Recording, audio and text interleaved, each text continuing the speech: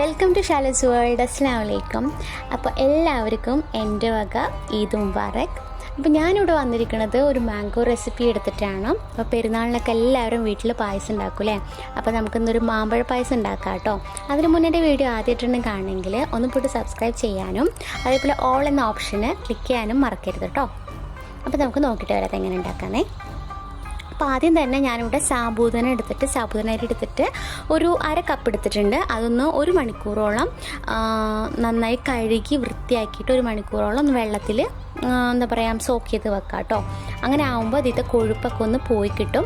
അപ്പോൾ നന്നായിട്ട് ഒരു സ്റ്റിക്കി ആവാണ്ട് തന്നെ നമ്മളെ പായസത്തിലിടുമ്പോൾ നല്ല ഒട്ടിപ്പില്ലാണ്ട് നമുക്ക് വേഗം കിട്ടും കേട്ടോ. അതിന് വേണ്ടിയിട്ട് ഒരു മണിക്കൂർ മുന്നേ തന്നെ സാധാ വെള്ളത്തിൽ നമുക്കിതൊന്ന് കുതിർക്കാൻ വെക്കാം. ആ സമയം കൊണ്ട് നമുക്ക് നെയ്യ് ഒരു ടേബിൾ സ്പൂൺ നെയ്യ് എടുത്തിട്ടുള്ളൂ. ആ നെയ്യ് നമുക്ക് ചൂടാക്കിയെടുക്കാം. അപ്പോൾ ഇതിപ്പോൾ ഞാൻ വെച്ചിരിക്കുന്നത് ഒരു മീഡിയം ഫ്ലെയിമിലാണ്. എന്നിട്ട് ആ നെയ്യൊക്കെ ഒന്ന് ഉരുകിയതിന് ശേഷം ഇവിടെ 4.5 കപ്പ് പാൽ ഞാൻ എടുത്തിട്ടുണ്ട്. നല്ല ഫുൾ ഫാറ്റ് പാലാണ്. ഒട്ടും തന്നെ ഞാനിതിൽ വെള്ളം ആഡ് ചെയ്തിട്ടില്ല.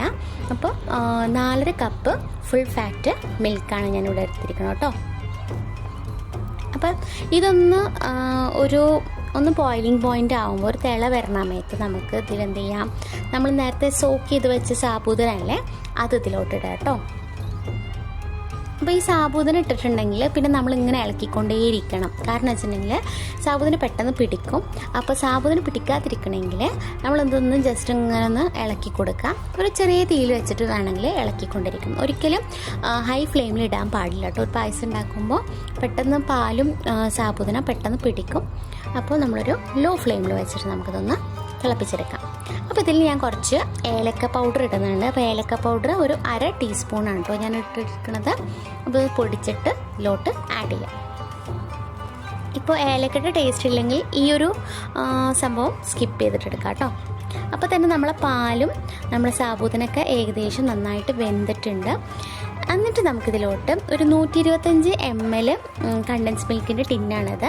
അതിലോട്ട് ഒരു 3 tablespoon extra condense milk കൂടി ഞാൻ ആഡ് ചെയ്തിട്ടുണ്ട്. മൊത്തം 125 plus 3 tablespoon condense milk കേട്ടോ ഇതിൽ ആഡ് ചെയ്തത്.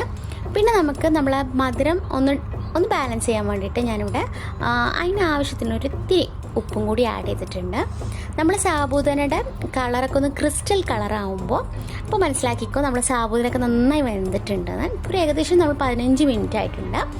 എന്നിട്ട് ഞാൻ എന്ത് ചെയ്തു, ഈ പായസം ഒന്ന് തണുപ്പിക്കാനൊന്ന് വെച്ചിട്ടുണ്ടായിരുന്നു. ഒരു 15 മിനിറ്റ് തണുപ്പിക്കാനൊന്ന് വെച്ചിട്ടുണ്ട്. അതിനുശേഷം ഈ മാംഗോ പ്യൂരി ഉണ്ടാക്കിയത് വെച്ചിട്ടുണ്ടെങ്കിൽ 3 മാംഗോ എടുത്തിട്ട് നന്നായിട്ട് കഴുകി അതിൻ്റെ തൊലിയൊക്കെ കളഞ്ഞ് എന്ത് ചെയ്തു, ഗ്രൈൻഡറിൽ മിക്സ് ചെയ്തിട്ട് ആ പ്യൂരി മാത്രമാണ്. ഇതിൽ പാലോ അല്ലെങ്കിൽ വെള്ളമൊന്നും ആഡ് ചെയ്യാത്ത നമ്മൾ ആ മാംഗോയുടെ മാത്രമാണല്ലോ, മാംഗോ പ്യൂരി മാത്രമാണിത്. അതും കൂടി ഇട്ടിട്ട് നമുക്ക് നന്നായിട്ടൊന്ന് ഇളക്കിയെടുക്കാം. അപ്പോൾ ചൂടുള്ള പായസത്തിൽ ഈ മാങ്ങ ഇടരുത് കേട്ടോ. അപ്പോൾ മാങ്ങയുടെ ടേസ്റ്റ് അങ്ങോട്ട് കിട്ടത്തില്ല. അപ്പോൾ ഒന്ന് തണുത്തതിന് ശേഷം വേണം ഈ പ്യൂരി നമ്മൾ ആഡ് ചെയ്യാൻ കേട്ടോ. ഇനി നമുക്ക് ജസ്റ്റ് ഒന്ന് അതിൻ്റെ മേലൊന്ന് ഇടാൻ വേണ്ടിയിട്ട് ഇങ്ങനെ ഒരു ചെറിയ പാനിൽ ഒരു ടേബിൾ സ്പൂൺ നെയ്യിൽ ഞാനിവിടെ കാഷ്യൂനട്ട് മാത്രമാണ് എടുത്തിരിക്കുന്നത്. നിങ്ങൾക്ക് വേണമെങ്കിൽ അണ്ടിപ്പരിപ്പോ അല്ലെങ്കിൽ കിസ്മിസോ അല്ലെങ്കിൽ ജസ്റ്റ് പിസ്ത ഒക്കെ ഇടാം. ഞാനിവിടെ ജസ്റ്റ് അങ്ങനെ അണ്ടിപ്പരിപ്പ് മാത്രമാണ് ഇട്ടത്. അതും കൂടി ആയിട്ട് നമുക്കിതിലോട്ട് ഒഴിക്കാം. അപ്പോൾ തന്നെ നമ്മൾ കണ്ടോ പായസം നല്ലൊരു കൊഴുപ്പ് കിട്ടിയിട്ടുണ്ട്. സാബൂദനയുടെ കൊഴുപ്പാണ് കേട്ടോ അത്. അപ്പോൾ ആ കൊഴുപ്പും കിട്ടി. ഇനി ഇതിലോട്ട് നമുക്ക് ഞാനിവിടെ ഒരു ചെറിയൊരു മാംഗോ ആണ് എടുത്തിരിക്കുന്നത്, അതിൻ്റെ ക്യൂബ്സ് ആയിട്ട് ഇട്ടത്. അപ്പോൾ ഞാനിവിടെ എടുത്തിരിക്കുന്നത് നല്ല പഴുത്ത അൽഫോൻസ മാങ്ങയാണ് കേട്ടോ എടുത്തത്. അൽഫോൻസ മാങ്ങ എടുക്കാനാണ് ഏറ്റവും നല്ല ബെസ്റ്റ് ഐഡിയ. അപ്പോൾ ഇതാ നമ്മുടെ മാമ്പഴ പായസം ഇവിടെ റെഡി ആയിട്ടുണ്ട്. വളരെ എളുപ്പമാണ്. ഈ പെരുന്നാളൊക്കെ ആകുമ്പോൾ നമ്മൾ തിക്കും തിരക്കൊക്കെ ആകുമ്പോൾ നമുക്കൊന്നും ഉണ്ടാക്കാൻ പറ്റില്ല. ഇപ്പോൾ ഗൾഫിലായാലും നാട്ടിലാണെങ്കിലും ഇപ്പോൾ മാങ്ങ എല്ലായിടത്തും അവൈലബിൾ ആണ്. അപ്പോൾ വേഗം തന്നെ ട്രൈ ചെയ്ത് നോക്കാം. എന്നിട്ട് അഭിപ്രായം പറയാം. അതുപോലെ ഞാൻ പറഞ്ഞല്ലോ, ആരെങ്കിലും സബ്സ്ക്രൈബ് ചെയ്തിട്ടില്ലെങ്കിൽ മറക്കാണ്ട് ഒന്ന് സബ്സ്ക്രൈബ് ചെയ്യുക. അതേപോലെ ട്രൈ ചെയ്യണേ ഈ പെരുന്നാളിന് തന്നെ. അപ്പോൾ ബൈ.